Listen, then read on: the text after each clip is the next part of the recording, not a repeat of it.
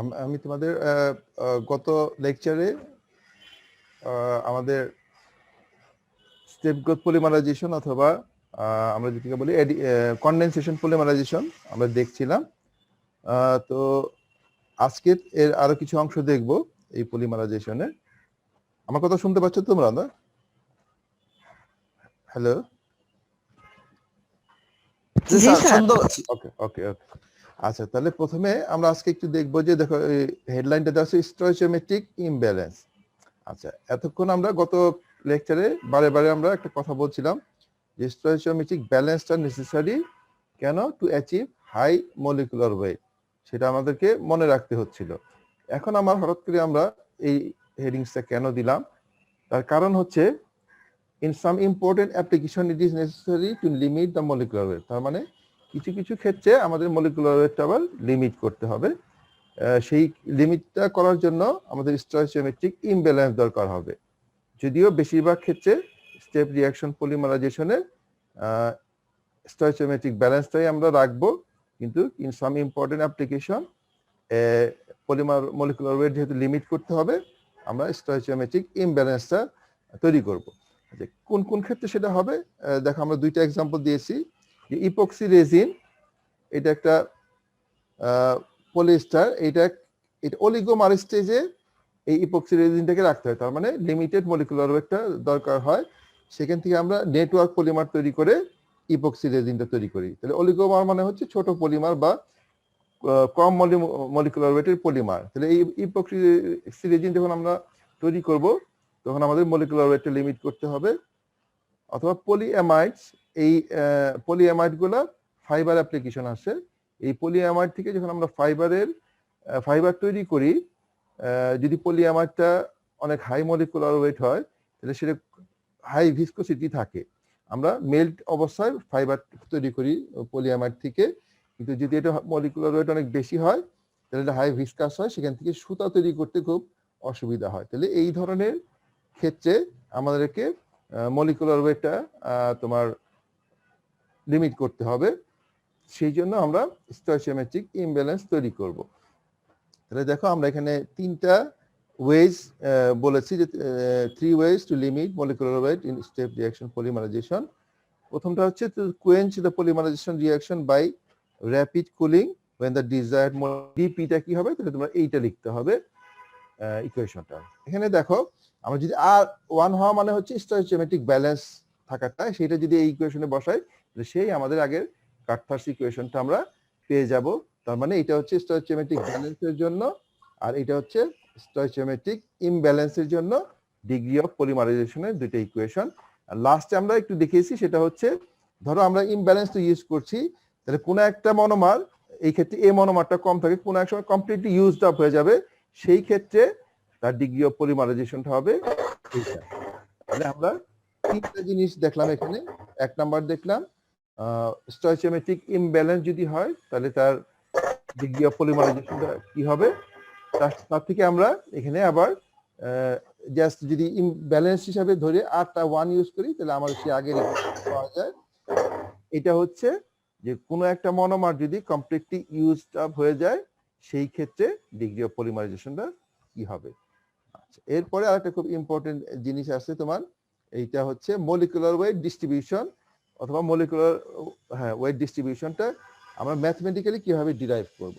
এটা কিন্তু পরীক্ষা পাইয়ে আসে, এটা একটু আগে একটু বোঝার চেষ্টা করো, তারপরে পরে এটা মুখস্থ করতে হবে, মনে রাখতে হবে।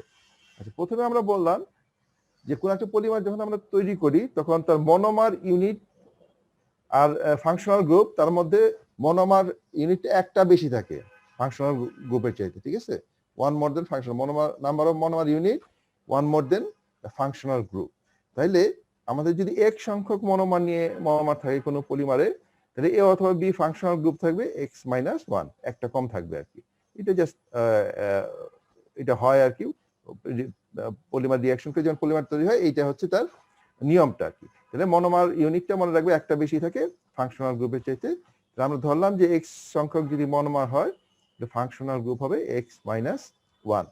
তাহলে এই যে x-1, the probability that x-1 A or B group has reacted is p to the power x-1। তাহলে এই প্রবাবিলিটিটা যে এই ধরনের এই ফাংশনাল গ্রুপটা রিঅ্যাক্ট করবে সেটা হচ্ছে p to the power x minus 1। এখানে তোমরা জানো পিটা হচ্ছে এক্সটেন্ট অফ রিঅ্যাকশন, যেটা আমরা এইটা দিয়ে আগেই ডিফাইন করেছি। আচ্ছা, আর probability of finding an unreacted group, তাহলে সেটা হবে 1 মাইনাস p। তাহলে এটা হচ্ছে probability of finding reacted group, এটা হচ্ছে probability of finding unreacted group. তাহলে এই যে রিঅ্যাক্টেড এবং আনরিঅ্যাক্টেড দুইটা গ্রুপেই পাওয়ার প্রবাবিলিটি হবে p to the power x minus 1 into 1 upon p। এটা হচ্ছে তার প্রবাবিলিটিটা। এখন আমরা যদি মনে করি যে n হচ্ছে total number of molecule present কোন একটা টাইম t তে n সংখ্যক মলিকুল ছিল, এখন ওই সময়ে x ইউনিটটা যদি nx সংখ্যক হয় তাহলে আমরা এই nx তে লিখতে পারবো এই যে প্রবাবিলিটিটা তাকে টোটাল নাম্বার দিয়ে গুণ করলে x ইউনিটের জন্য নাম্বারটা ফ্র্যাকশনটা পাওয়া যাবে। তাহলে এটা হচ্ছে fraction of x unit nx, এটা হচ্ছে তার সেই ফ্র্যাকশনটা। আচ্ছা, এখন দেখো আমরা কার্থাস ইকুয়েশনটাকে যদি একটু অন্যভাবে লিখি তাহলে আমরা লিখতে পারি n by n naught equals to 1 minus p। এই জিনিস তোমরা করতে পারবা, এটা একটু মনে রাখো। আচ্ছা, তাহলে এখন এখানে আমরা এই ইকুয়েশনটাকে যদি একটু রিরাইট করি তাহলে দেখো এই n এর বদলে আমি এখানে লিখেছি n naught multiplied by n by n naught. এটা লিখাই যায় কারণ এই n নট কাটা গেলে এটা হয়ে যাবে। তাহলে এভাবে আমি একটু রিঅ্যারেঞ্জ করে লিখলাম। লিখলে দেখো এখন এই যে n naught by n naught সেটা হচ্ছে 1 আপন p, এই জিনিসটা হচ্ছে 1 আপন p। তাহলে এখানে আমরা এটার বদলে যদি 1 মাইনাস p টা বসাই, সরি 1 মাইনাস p 1 আপন না, তাহলে এখানে একটা 1 মাইনাস p আছে, এই জন্য একটা 1 মাইনাস p আসবে, তাহলে দুটো মিলে 1 মাইনাস p হোল স্কয়ার হয়ে যাবে। আর এটা তো ছিল আগে, আর n নটটা এইখানে n নটটা থেকে যাবে। তাহলে ultimately nx equals to n naught 1 minus p whole square into p to the power x minus 1। এটাই হচ্ছে number or mole fraction distribution function বলা হয়। এই জিনিসটাকে ডিরাইভ করতে হয়, ঠিক আছে? আমার মনে হয় না খুব ডিফিকাল্ট কিছু। আমি আবার প্রথম থেকে একটু যদি বলি যে আমরা যখন পলিমার তৈরি করি নাম্বার অফ মনোমার ইউনিট থাকে ফাংশনাল গ্রুপের চেয়ে একটা বেশি, তাহলে আমরা এক সংখ্যক মনোমার ইউনিট যদি কল্পনা করি তাহলে তার ফাংশনাল গ্রুপ হবে x মাইনাস 1। এই x মাইনাস 1 প্রবাবিলিটি রিঅ্যাক্ট করেছে, তার প্রবাবিলিটি হবে p to the power x minus 1, আর আনরিঅ্যাক্টেড গ্রুপের প্রবাবিলিটি হচ্ছে 1 মাইনাস p। তাহলে রিঅ্যাক্টেড এবং আনরিঅ্যাক্টেড এই দুইটা গ্রুপের প্রবাবিলিটি যদি কম্বাইন্ডলি চিন্তা করি তাহলে p to the power x minus 1 multiplied by 1 minus p হবে। এখন আমরা বললাম যে t সময় যদি n সংখ্যক টোটাল মলিকুল থাকে তাহলে x ইউনিটটা হবে, যদি আমরা nx দিয়ে ডিফাইন করি তাহলে nx টা হবে total number multiplied by total probability. তাহলে এখান থেকে আমরা জাস্ট রিঅ্যারেঞ্জ করে কার্থাস ইকুয়েশন ইউজ করে আমরা nx টাকে লিখতে পারি nx equals to n naught 1 minus p whole square p to the power x minus 1। এটাই হচ্ছে number fraction or mole fraction distribution. তোমাদের যদি বলা হয় যে number fraction or mole fraction distribution ফাংশনটা ডিরাইভ করো, তোমরা এই পর্যন্ত করলে হবে। আচ্ছা, এরপরে আমরা ওয়েট ফ্র্যাকশনটা একটু ইজিয়ার। সেই ওয়েট ফ্র্যাকশনটাকে আমরা এইভাবে লিখতে পারি এই টার্মস দিয়ে। তাহলে দেখো এইখানে nx টা আমরা অলরেডি ডিরাইভ করেছি, জাস্ট যদি আমরা এখানে nx এর ভ্যালুটা এখান থেকে বসিয়ে দেই তাহলে আমাদের তোমার এই ওয়েট ফ্র্যাকশন ডিস্ট্রিবিউশনটা এইভাবে পাওয়া যাবে। তাহলে এটা হচ্ছে ওয়েট ফ্র্যাকশন ডিস্ট্রিবিউশন ফাংশন, এটা হচ্ছে নাম্বার মোল ফ্র্যাকশন অথবা নাম্বার ফ্র্যাকশন ডিস্ট্রিবিউশন ফাংশন। এই দুইটা ফাংশন একটু মনে রাখবা যে কিভাবে ডিরাইভ করা যায়। এটা দুটো ক্যারেক্টারিস্টিক প্লট আছে, এটা হচ্ছে number fraction versus number of molecules. সেই ক্ষেত্রে আমরা দেখতে পাচ্ছি যে যত এক্সটেন্ট অফ পলিমারাইজেশন যত বেশি হবে তার নাম্বার ফ্র্যাকশনটা কমে আসবে, এইটাই বোঝানো হচ্ছে এই গ্রাফে। একইভাবে এই গ্রাফেও তাই ওয়েট ফ্র্যাকশন দিয়ে যদি আমরা দেখি, দেখো যত এক্সটেন্ট অফ পলিমারাইজেশন বেশি হচ্ছে, এখানে ছিল 90%, এটা ছিল অনেক বেশি ওয়েট ফ্র্যাকশনটা, যখন 99% হয়ে গেল তখন এটা এইখানে নেমে আসলো, অনেক কমে গেল। এই দুটো গ্রাফ দিয়ে এই জিনিসটা বোঝানো হয়। তাহলে ওইটা সাথে সাথে ডিরাইভ করার সাথে সাথে এই গ্রাফটা একটু আঁকার চেষ্টা করব, মনে রাখার চেষ্টা করবো। অনেক সময় গ্রাফটাও আঁকতে বলা হয় আর কি তোমাদেরকে। এই ছিল আমাদের মোটামুটি তোমার এটা কি বলে স্টেট গ্রোথ পলিমারাইজেশনের অংশটুকু। এরপরে আমরা শুরু করব এডিশন পলিমারাইজেশন। সেখানে তোমরা এটা জানো যে এটা একটা চেইন রিঅ্যাকশন পলিমারাইজেশন। ইনফ্যাক্ট আমরা প্রথমে এটাকে একটু ডিফাইন করার চেষ্টা করি।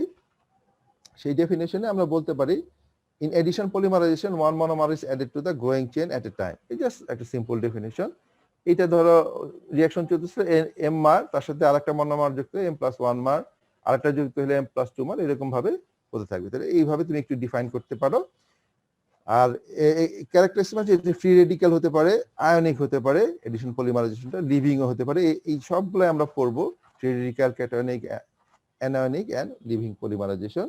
এটা একটা এক্সাম্পল যদি দিতে বলা হয় তাহলে ইথিলিন থেকে পলিইথিলিন তৈরি করা, প্রোপিলিন থেকে পলিপ্রোপিলিন তৈরি করা, সেটা হচ্ছে এডিশন পলিমারাইজেশন। তাহলে এইভাবে একটু ডেফিনেশনটা মনে রেখে যে একটা এক্সাম্পল মনে রাখতে হবে। গত এই স্টেপ গ্রোথের মধ্যে আমরা যদি দেখি যে এইটার ক্যারেক্টারিস্টিক্স গুলো কি কি আছে চেইন গ্রোথের ক্ষেত্রে, সেটা হচ্ছে প্রথম ক্যারেক্টারিস্টিক্স হচ্ছে only growth reaction ads repeating unit one এট এ টাইম, একটা করে ইউনিট অ্যাড হয়, নর্মাল কথা। Monomer concentration decreases steadily through out the reaction, সেটা মোটামুটি একটা নর্মাল কথা। এইটা হচ্ছে ইম্পর্টেন্ট জিনিসটা, যে high molecular weight polymer is form at once, polymer molecular weight changes little throughout the reaction. তাহলে দেখো আমরা যখন কনডেনসেশন পলিমার বা স্টেপ গ্রোথ পলিমারের ক্ষেত্রে আমরা বলেছিলাম যে মলিকুলার ওয়েটটা খুব স্লোলি ইনক্রিজ করে, এবং যখন একেবারে শেষের দিকে 100% মনোমার রিঅ্যাক্ট করে তখনই শুধু জাম্প করে মলিকুলারটা অনেক বেশি হয়ে যায়। কিন্তু এই ক্ষেত্রে কিন্তু ইনস্ট্যান্টলি যে মলিকুলার ওয়েট হওয়া দরকার সেটা হয়ে যাবে। তুমি সময়কে যতই নাও মলিকুলার ওয়েটটা আর বাড়বে না, instantly polymer high molecular weight polymer তৈরি হবে। এইটাই হচ্ছে বেসিক ডিফারেন্সটা স্টেপ গ্রোথ বা কনডেনসেশন এবং চেইন গ্রোথ পলিমারাইজেশনের মধ্যে। 4 নাম্বার যে পয়েন্ট, এটা একেবারে এই পয়েন্টারই elaborate. Long reaction times give high yield but effect molecular weight little, মানে অনেক বেশি পলিমার হবে কিন্তু মলিকুলার ওয়েটের উপরে কোনো ইফেক্ট থাকবে না। লাস্টে হচ্ছে reaction mixture contain only monomer, high polymer and about 10⁻⁸ part of growing chain. এটা একটা জেনারেল কথা। এই 3 নাম্বার পয়েন্টটা একটু মনে রাখবা, এটা হচ্ছে সবচেয়ে ভ্যালিড পয়েন্ট এই চেইন গ্রোথ পলিমারাইজেশনের জন্য। আচ্ছা, এখন আমরা দেখি যে কিভাবে আমরা একটু মেকানিজমটা দেখতে পারি, যেটা তোমরা মোরলেস জানো, তারপর একটু রিপিট করা। এখানে আমরা জানি যে ধরো যে বেনজল পারক্সাইড, অ্যাজোবিস, আইসোবিউটাইল, এটা এই ধরনের মনোমা ইনিশিয়েটর আমরা ইউজ করব। আমরা সরাসরি একটু মেকানিজমের দিকে চলে যাই যে কি ধরনের মেকানিজম ফলো করে। তোমরা জানো যে free radical polymerization process involve at least 3 mechanistic step. এখানে আরেকটা এটা 4টা স্টেপ আছে মেকানিজমের মধ্যে, অ্যাট লিস্ট 3 বলছে, ওই 4টা সহই তোমরা মেকানিজমটা দিবে, আমি সেটাও দেখাবো। প্রথমে আমরা জাস্ট হাইপোথেটিক্যালি একটা রিপ্রেজেন্ট করেছি। এ যদি হয় ইনিশিয়েশন, প্রথমে আমরা জানি যে একটা ইনিশিয়েটর তৈরি হতে হয়, এইটা হচ্ছে সরি রেডিক্যাল তৈরি হতে হয়, সেটা এই রেডিক্যালটা জেনারেট করলো, সেই রেডিক্যালটা মনোমারের সাথে সরি যুক্ত হয়ে ইনিশিয়েটর তৈরি করবে, এটা হচ্ছে ইনিশিয়েটর। তাহলে ইনিশিয়েশন স্টেপটা শুরু হলো এখানে। এরপরে কি হবে, প্রপাগেশন হবে, এটার সাথে আরেকটা মনোমার যুক্ত হবে, এটা তৈরি হবে, এটার সাথে আরেকটা মনোমার যুক্ত, এইভাবে চলতে থাকবে প্রপাগেশন স্টেপটা। তারপরে স্টেপটা হবে টার্মিনেশন স্টেপ। দেখো এখানে একটু ডিফারেন্ট, টার্মিনেশনটা দুই ভাবে হবে।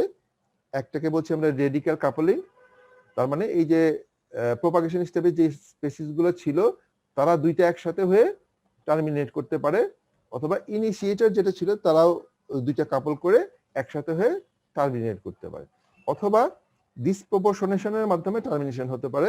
যেমন ধরো দুইটা এই প্রপাগেশন স্টেপে দুইটা রেডিক্যাল ছিল, সেখানে একটা হাইড্রোজেন এখানে চলে এসে একটা আনস্যাচুরেটেড পলিমার তৈরি হবে আর একটা স্যাচুরেটেড পলিমার তৈরি হয়, এইভাবে এখানে কোনো ফ্রি রেডিক্যাল নাই, সো রিঅ্যাকশনটা টার্মিনেট হবে।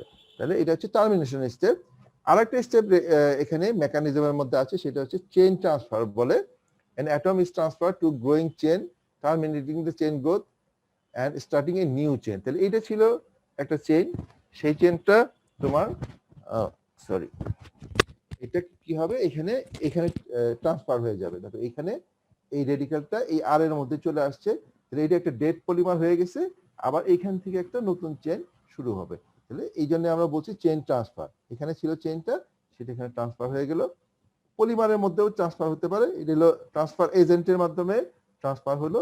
এই পলিমারের দেখো এখান থেকে যদি আবার একটা রেডিক্যাল তৈরি হয় তাহলে ব্রাঞ্চিং তৈরি হয়, ব্রাঞ্চ পলিমার। এইভাবে এইটা একটা ডেড পলিমার হয়ে গেল, সেই জন্য টার্মিনেশন বলতেছি আমরা, এটার জন্য টার্মিনেশন, নতুন একটা চেইন শুরু হলো এইভাবে। তাহলে এই যে 4টা স্টেপ, এটা নিয়েই মেকানিস্টিক স্টেপ, যেটা আমরা হাইপোথেটিক্যালি দেখিয়েছিলাম। এখন আমরা যেটা দেখাবো যে জেনুইন একটা তোমার ওই এক্সাম্পল, যেটার মাধ্যমে তোমরা যখন পরীক্ষায় দিবা তখন হাইপোথেটিক্যালটা না দিয়ে এই এক্সাম্পলটা দিবা। যেমন বেনজাইল পারক্সাইড, এটা ইনিশিয়েটর হিসেবে আমরা ইউজ করেছি এখানে। সেটা এখানে ক্লিভেজে, বন্ড ক্লিভেজে এটা রেডিক্যালটা তৈরি হচ্ছে। এই রেডিক্যালের সাথে একটা মনোমার যুক্ত হয়ে ইনিশিয়েটর তৈরি হলো এটা। এরপরে তোমার এই প্রোপাগেটিং স্টেপটা একটার পর একটা মনোমার যুক্ত হয়ে যদি এন সংখ্যক যুক্ত হয় তাহলে এইভাবে একটা রিঅ্যাকশনটা চলতে থাকবে। তাহলে এটা হচ্ছে ইনিশিয়েশন স্টেপ, এটা হচ্ছে তার প্রোপাগেশন স্টেপ, এটা হচ্ছে টার্মিনেশন। দুইভাবে কম্বিনেশন হয়ে হতে পারে অথবা ডিসপ্রপোর্শনেশনের মাধ্যমে এই টার্মিনেশনটা হওয়া সম্ভব।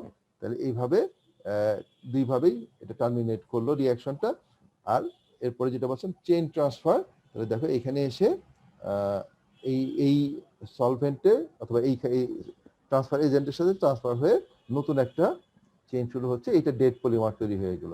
তাহলে এইভাবে আমরা এর মেকানিজমটা যখন বলবো তাহলে এই 4টা স্টেপ তোমাদেরকে দিতে হবে: initiation step, propagation step, termination step এবং চেইন ট্রান্সফার। এই 4টা স্টেপের মাধ্যমে তোমরা মেকানিজমটা ব্যাখ্যা করবা।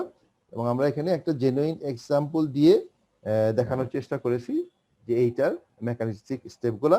এখানে দেখো বেনজিনটা আঁকাটা সময় সাপেক্ষ। পরীক্ষার সময় তোমরা পিএইচ দিয়ে ফিনাইল রিংটা আইডেন্টিফাই করা যায়। তোমাদের এটা কোনো সমস্যা নেই যে পিএইচ দেখে এটা করলে সময়টা বাঁচবে, সেভাবে তোমরা এই রিঅ্যাকশনটা লিখতে পারো। তবে তোমরা অবশ্যই হাইপোথেটিক্যাল না দিয়ে একটা জেনুইন এক্সাম্পল দিলে সেটা ভালো হবে পরীক্ষার সময়। এইগুলো আমাদের মোটামুটি মেকানিজমটা। আচ্ছা, এরপরে আমরা দেখি একটু যে কিভাবে রেডিক্যাল গুলো থেকে ইনিশিয়েশন হয়। প্রথমে এটা আমরা একটু আগে দেখলাম যে রেডিক্যাল জেনারেশন এটা কিভাবে হবে। এখানে বন্ড ক্লিভেজ হয়ে এটা হচ্ছে রেডিক্যাল, সেই বেনজাইল পারক্সাইডের ক্ষেত্রে সেই রেডিক্যালটা আরেকটা মনোমারের সাথে যুক্ত হয়ে এখানে ইনিশিয়েটর তৈরি করলো। একইভাবে আমরা যদি দেখি বিউটাইল পারক্সাইড, সেই ক্ষেত্রে একটা বন্ড ক্লিভেজ হয়ে একটা ফ্রি রেডিক্যাল তৈরি হবে। সেই ফ্রি রেডিক্যালটা একটা মনোমারের সাথে যুক্ত হয়ে এখানে ইনিশিয়েট করবে রিঅ্যাকশনটাকে। এরপরে যে আইসোবিট্রোনাইট্রিল, এটা যদি AIBN সংক্ষেপে বলে, এটা যদি দেখি এখানেও বন্ড ক্লিভেজে একটা ফ্রি রেডিক্যাল তৈরি হবে আর একটা মনোমারের সাথে যুক্ত হয়ে এটা হচ্ছে ইনিশিয়েটর। এবং লাস্টলি একটা রেডক্স রিঅ্যাকশনের মাধ্যমে ইনিশিয়েটর তৈরি হতে পারে এখানে। তাহলে এইভাবে এখানে একটা ফ্রি রেডিক্যাল তৈরি হবে, সেই ফ্রি রেডিক্যালটা একটা মনোমারের সাথে যুক্ত হয়ে ইনিশিয়েটর তৈরি করবে। তাহলে আমরা এই জাস্ট 4-5টা ইনিশিয়েটর এইগুলিকে দেখানোর চেষ্টা করলাম তোমাদেরকে। এরপরে এই চেইন ট্রান্সফারটা আমি একটু আলাদাভাবে দেখাচ্ছি, তার কারণ হচ্ছে এই জিনিসটা খুব ইম্পর্টেন্ট এবং এটা ইন্ডিভিজুয়ালি পরীক্ষার মধ্যে আছে যে হোয়াট ইজ চেইন ট্রান্সফার। তাহলে এখানে আমরা একটু ডিফাইন করার চেষ্টা করেছি। প্রথমে the transfer of reactivity from the growing polymer chain to another species. An atom is transferred to the growing chain, terminating the chain and starting a new chain. একটু আগে আমরা বলেছি যে ট্রান্সফার হয়ে যাবে, ডেড পলিমার তৈরি হবে এবং নতুন চেন তৈরি হবে। এখন কার কার মধ্যে এই ট্রান্সফারটা হতে পারে সেটা আমরা যদি একটু দেখি। প্রথমে আমরা দেখলাম চেন ট্রান্সফার টু সলভেন্ট। এই যে সলভেন্ট ইউজ করছি আমরা, সেইখানে চেনটা ট্রান্সফার হতে পারে। CCl4 এটা ছিল সলভেন্ট, ডেড পলিমার তৈরি হলো, এই এখানে একটা রেডিক্যাল তৈরি হচ্ছে, মানে এটা সলভেন্টের মধ্যে চেঞ্জটা ট্রান্সফার হয়ে গেল। এরপরে মনোমারের মধ্যে চেঞ্জটা ট্রান্সফার হতে পারে। এইটা ছিল মনোমারটা, এইটা ছিল প্রপাগেটিং স্টেপ। এখন এটা একটা ডেড পলিমার তৈরি হয়ে এই মনোমারে চেনটা ট্রান্সফার হয়ে গেল। এরপরে এরপরে হচ্ছে চেন ট্রান্সফার টু পলিমার। এই পলিমারের মধ্যে চেন ট্রান্সফার হতে পারে, যেখানে এখানে একটা হাইড্রোজেন যদি এখানে চলে আসে, এটা একটা ডেড পলিমার তৈরি হচ্ছে এবং এখানে দেখো চেনটা এখানে ট্রান্সফার হচ্ছে, এখানে বাঞ্চিং হয়। এই জন্য একটু দেখানোর চেষ্টা করেছি যে যখন পলিমারের মধ্যে চেন ট্রান্সফার হয় তখন বাঞ্চিংটা তৈরি হয়। চেন ট্রান্সফার টু ইনিশিয়েটরের মধ্যেও চেনটা ট্রান্সফার হতে পারে।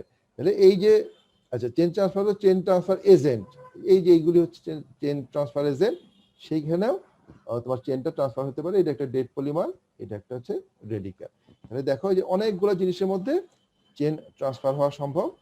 এই জিনিসটাকে আলাদাভাবে একটু মেমোরাইজ করে রাখতে হবে, যে চেইন ট্রান্সফারটা কি মুখস্থ করবা এই ডেফিনিশনটা, এবং দুই একটা এক্সাম্পল দেখানোর চেষ্টা করবা যে এই জিনিসের মধ্যে চেইনটা ট্রান্সফার হতে পারে আর কি। এটা মেকানিজমের একটা অংশ, আবার ইন্ডিভিজুয়ালিও তোমাদের এটা কোশ্চেন আসে যে চেইন ট্রান্সফার বলতে তুমি কি বোঝো, একটা এক্সাম্পল দাও, এক্সাম্পল দিয়ে দেখাও অথবা কি কি জিনিসের মধ্যে চেইনটা ট্রান্সফার হতে পারে। আচ্ছা, আজকে আমি লাস্টেই তোমাদের একটু কাইনেটিক্সটা দেখিয়ে শেষ করব, এরপরে আর অনেক জিনিস আছে সেটা একটু সময় সাপেক্ষ, নেক্সট ক্লাসিং নেওয়ার চেষ্টা করব। তাহলে যখন মেকানিজম বলবে তাহলে কি করবা, ওই চারটা স্টেপ দেখিয়ে মেকানিজমটা দিতে হবে। প্রায়ই আসে যে discuss the mechanism of free radical polymerization, তখন সুন্দর করে এই চারটা স্টেপ এক্সাম্পল সহ দিলেই আনসারটা কমপ্লিট হবে। এরপরে আমরা কাইনেটিক্স যদি দেখি ফ্রি রেডিক্যাল পলিমারাইজেশনে, এটাও তোমাদের যথেষ্ট আইডিয়া আছে, জাস্ট আমি একটু গো থ্রু করি। সেই জন্য যে কোনো একটা কাইনেটিক্স বের করতে হলে একটা স্কিম লিখতে হয়। তাহলে আমরা এই ধরনের একটা হাইপোথেটিক্যাল স্কিম যদি এখানে লিখি, তোমার যে ইনিশিয়েশন রেডিক্যাল তৈরি হলো, সেই রেডিক্যাল থেকে ইনিশিয়েশন হচ্ছে এটা। আচ্ছা, এখন তাহলে এই ইনিশিয়েটরের রেটটা আমরা এইভাবে লিখতে পারি, এটা হচ্ছে ফ্রিকোয়েন্সি, এটা হচ্ছে ইনিশিয়েটর কনসেন্ট্রেশন। তাহলে RI DM নট 1 DT, এটা একটা তোমার ইনিশিয়েটরের কনসেন্ট্রেশন। তাহলে এটা হচ্ছে ইনিশিয়েশন স্টেপের রেট এক্সপ্রেশনটা। এরপরে তাহলে ন্যাচারালি আমাদের প্রপাগেশন আসবে, এই হচ্ছে প্রপাগেশন স্টেপগুলা, তার জন্য রেটটা হবে এইটা KP radical concentration into monomer concentration. আচ্ছা, ইনফ্যাক্ট একটা পলিমারের প্রপাগেশন স্টেপটাই হচ্ছে তার রেট ডিটারমিনিং স্টেপ, এটা আমরা পরে দেখবো একটু। আচ্ছা, এরপরে হচ্ছে টার্মিনেশন স্টেপ। এই টার্মিনেশন স্টেপে যেটা বলা হচ্ছে since two radicals are consume in one termination, তাহলে এই টার্মিনেশনটা হবে দুই ভাবে, 2 দিয়ে গুণ করতে হবে। তাহলে এটা হচ্ছে টার্মিনেশন স্টেপ। আমরা এখন ইনিশিয়েশন, প্রপাগেশন এবং টার্মিনেশন স্টেপটা পেয়ে যাচ্ছি। স্টেডি স্টেট অ্যাপ্রক্সিমেশন যদি আমরা ধরি, তার মানে কি, এটা rate of initiation equals to rate of termination. তাহলে সেই দুটো যদি আমরা বসাই, এই ইনিশিয়েশনের জন্য রেটটা, এটা হচ্ছে টার্মিনেশনের জন্য রেটটা, বসিয়ে আমরা এই রেডিকেলের কনসেন্ট্রেশনটা বের করলাম এই ফর্মে। তোমরা কি কেউ বলতে পারবা যে এইটা আমরা কেন করি, রেডিকেলটা আমরা কেন রাখি না কোন একটা কাইনেটিক এক্সপ্রেশনে? কি সমস্যা? প্রিভিয়াস ইকুয়েশনে মান বসানোর জন্য মনোমারিক রেডিক্যালটা না, এটা হচ্ছে কি, এটা হচ্ছে আনস্টেবল একটা এন্টাইটি। হ্যাঁ, রেডিক্যালটা আনস্টেবল দিছে, হ্যাঁ, আমরা সময় এটা কনভার্ট হয়ে যাইতে পারে। হ্যাঁ, সেইজন্য আমরা আনস্টেবল কোনো এন্টাইটি কাইনেটিক এক্সপ্রেশনে রাখি না, সেই জন্য আমরা এটাকে বের করি নরমালি। স্টেডি স্টেপটা ইউজ করে বের করা হয়। দেখো আমি যেটা বলেছিলাম যে প্রপাগেশন স্টেপটাই হচ্ছে তার রেট ডিটারমিনিং স্টেপ, তাহলে সেই আবার প্রপাগেশন স্টেপটা দেখে আমরা যদি এই রেডিক্যালের মানটা বসাই, তাহলে এইটাই হচ্ছে R P K P concentration of monomer multiplied by this one, এইটাই হচ্ছে তাহলে তার রেট এক্সপ্রেশনটা, তাই না? কাইনেটিক্স যদি ডিসকাস করতে বলা হয়, তাহলে ওই স্কিমগুলো দিয়ে তুমি রেটের এক্সপ্রেশনগুলো লিখবা, লিখে আলটিমেটলি এই ইকুয়েশনটা বের করলে তোমার কাইনেটিক্সটা কমপ্লিট হলো কি। রেট অফ প্রপাগেশনটাই হচ্ছে স্যার অ্যাকচুয়াল রেট। হ্যাঁ, রেট পলিমারাইজেশন প্রসেসের রেটটাই হচ্ছে রেট অফ প্রপাগেশনটা আর কি। সেই জন্য আমরা রেটটাকে, প্রপাগেশনটাকে রেট হিসাবে লিখলাম। তাহলে এই যখন বলবে যে কাইনেটিক্সটা তুমি ডিরাইভ করো, বা কাইনেটিক্স বলতে কি বুঝো, কাইনেটিক্সটা এক্সপ্রেস করো, তখন এই পর্যন্ত আসলেই সেই কাইনেটিক্সটা এক্সপ্রেস করা হয়ে যাবে। তারপর এখানে দেখা যেটা বলছে, seen the rate of propagation RP is essentially the rate of polymerization, যেটা একটু আগে বললাম, rate of polymerization is proportional to square root of initiator concentration and concentration of the monomer, সেইটাই হচ্ছে তার রেটটা। এরপর আরো কিছু কমপ্লিকেটেড জিনিস আছে, সেটা আমরা দেখবো আর কি পরে। তো আজকে একটু সামারি করে আমি শেষ করে দিচ্ছি যে আজকে আমরা প্রথমে এখান থেকে দেখি যে আমরা এডিশন পলিমারাইজেশন যখন ধরলাম, তখন আমরা ডিফাইন করলাম এডিশন পলিমারাইজেশনটা কি, এক্সাম্পল দিলাম তার জন্য। এরপর আমরা কিছু বৈশিষ্ট্য দেখলাম, তার মধ্যে মেইন যেটা বৈশিষ্ট্য সেটা হচ্ছে যে চেইন কনডেনসেশন পলিমারাইজেশনে মলিকুলার ওয়েটটা স্লোলি গ্রো করে এবং একদম শেষে যখন 100% মনোমার কনজিউম করে তখন হাই মলিকুলার ওয়েট পলিমার পাওয়া যায়। কিন্তু এই ক্ষেত্রে তোমার ইনস্ট্যান্টলি মলিকুলার ওয়েটটা হাই হয়ে যায়। এক্ষেত্রে তোমার সময়টা কোনো ফ্যাক্টর না, তুমি যত বেশি সময় নিয়ে করবা রিঅ্যাকশনটা, তত বেশি পরিমাণে পলিমার পাওয়া যাবে, কিন্তু মলিকুলার ওয়েটটার তেমন কোনো পরিবর্তন হবে না। এটাই হচ্ছে মেইন ক্যারেক্টারিস্টিক্সটা। এরপরে আমরা তার মেকানিজমটা দেখলাম, 4টা স্টেপের মেকানিজমটা আমরা এক্সপ্রেস করি: initiation, propagation, termination and chain transfer. সেটুক দেখলাম আমরা, তার একটা এক্সাম্পলও দেখলাম। তারপরে কিছু ইনিশিয়েটর কিভাবে ইনিশিয়েট করে, ফ্রি রেডিক্যাল তৈরি করে, ইনিশিয়েটর থেকে রেডিক্যাল কিভাবে জেনারেট হয় সেটাও দেখলাম। তো ছোট কোশ্চেন হিসেবে আসতে পারে যে বেনজল পারক্সাইড কিভাবে ইনিশিয়েট করে রিঅ্যাকশনটা তুমি একটু দেখাও। তাহলে এইভাবে এই কয়েকটা স্টেপের মাধ্যমে দেখাতে হবে ইনিশিয়েটর পর্যন্ত এইভাবে এটা ইনিশিয়েট করে। আমরা বেশ কয়েকটা 4টার মতো ইনিশিয়েটরের কিভাবে ইনিশিয়েট করে সেটা দেখলাম। এরপর একটা নতুন জিনিস দেখলাম আমরা, চেইন ট্রান্সফার। সেই জিনিসটা ডিফাইন করতে হবে যদি আসে, এবং এক্সাম্পল দিয়ে দেখাই দিতে হবে যে কোন কোন জায়গাতে চেইনটা ট্রান্সফার হতে পারে। তারপরে আমরা কাইনেটিক্সটা দেখেছি। এই কাইনেটিক্সের জন্য যেটা বললাম, একটা তোমার স্কিম এইভাবে লিখবা, লিখে এই প্রত্যেকটা স্টেপ, ইনিশিয়েশনের রেটটা লিখতে হবে, এরপর প্রপাগেশনের রেট লিখলাম, এরপরে টার্মিনেশনের রেটটা লিখলাম আমরা। লিখে আমরা বললাম যে একটা স্টেডি স্টেট অ্যাপ্রক্সিমেশন যদি আমরা ধরি, তাহলে ইনিশিয়েশন এবং প্রপাগেশন সমান হয়। সেখান থেকে আমরা ফ্রি রেডিকেলটার কনসেন্ট্রেশনটা বের করলাম।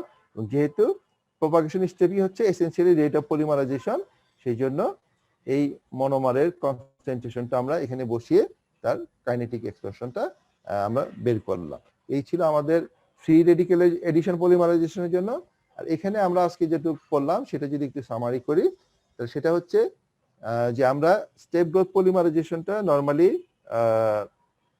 স্টয়চিওমেট্রিক ব্যালেন্সটা রেখে তৈরি করি, কারণ এখানে হাই মলিকুলার ওয়েট পাওয়া যায়। কিন্তু কিছু কিছু ক্ষেত্রে মলিকুলার ওয়েট লিমিট করতে হয়, যেমন ধর এপক্সি রেজিন অথবা পলিঅ্যামাইডের ক্ষেত্রে, তখন আমরা স্টয়চিওমেট্রিক ইমব্যালেন্স ইউজ করি। এবং আমরা 3টা কন্ডিশন বললাম, 3টা ওয়েজ বললাম, যেভাবে যার মাধ্যমে আমরা মলিকুলার ওয়েটটাকে লিমিট করতে পারি। এরপরে আমরা দেখেছি যে ডিগ্রি অফ পলিমারাইজেশন, যদি স্টয়চিওমেট্রিক ইমব্যালেন্স থাকে তাহলে তার এক্সপ্রেশনটা কি হবে সেটা আমরা দেখলাম। ওখানে খুব ইম্পর্টেন্ট একটা জিনিস যেটা দেখলাম, যে মলিকুলার ওয়েট ডিস্ট্রিবিউশনের ক্ষেত্রে fractional number or mole fraction distribution function, এটা আমরা ডিরাইভ করলাম, এবং ওয়েট ফ্র্যাকশন ডিস্ট্রিবিউশন ফাংশন সেটাও ডিরাইভ করে গ্রাফের মাধ্যমে আমরা এই দুটো জিনিসকে এক্সপ্রেস করলাম। তাহলে এইটাই হচ্ছে মোটামুটি আজকের জন্য তোমাদের লেকচারটা। তো নেক্সট ডেতে আমরা আরো পড়বো। আর তোমরা যেটা বলেছিলাম যে যেহেতু তোমাদের সিনিয়র ভাইদের কাছে দেওয়া আছে, এটা আমি তোমার এমনিতেই দিয়েছি, জোগাড় করতে পারো, আগে একটু পড়ে রাখলে বুঝতে সুবিধা হবে, অথবা আমি চ্যাপ্টার শেষ হলে তোমাদেরকে আমি এমনিতেই দিয়ে দিব এটা আর কি, তোমার পিডিএফ ফাইল করে। ঠিক আছে? জি স্যার। ঠিক আছে, তাহলে আজকে থাকো এই পর্যন্ত। ভালো থেকো, নেক্সট ডেতে দেখা হবে ইনশাআল্লাহ।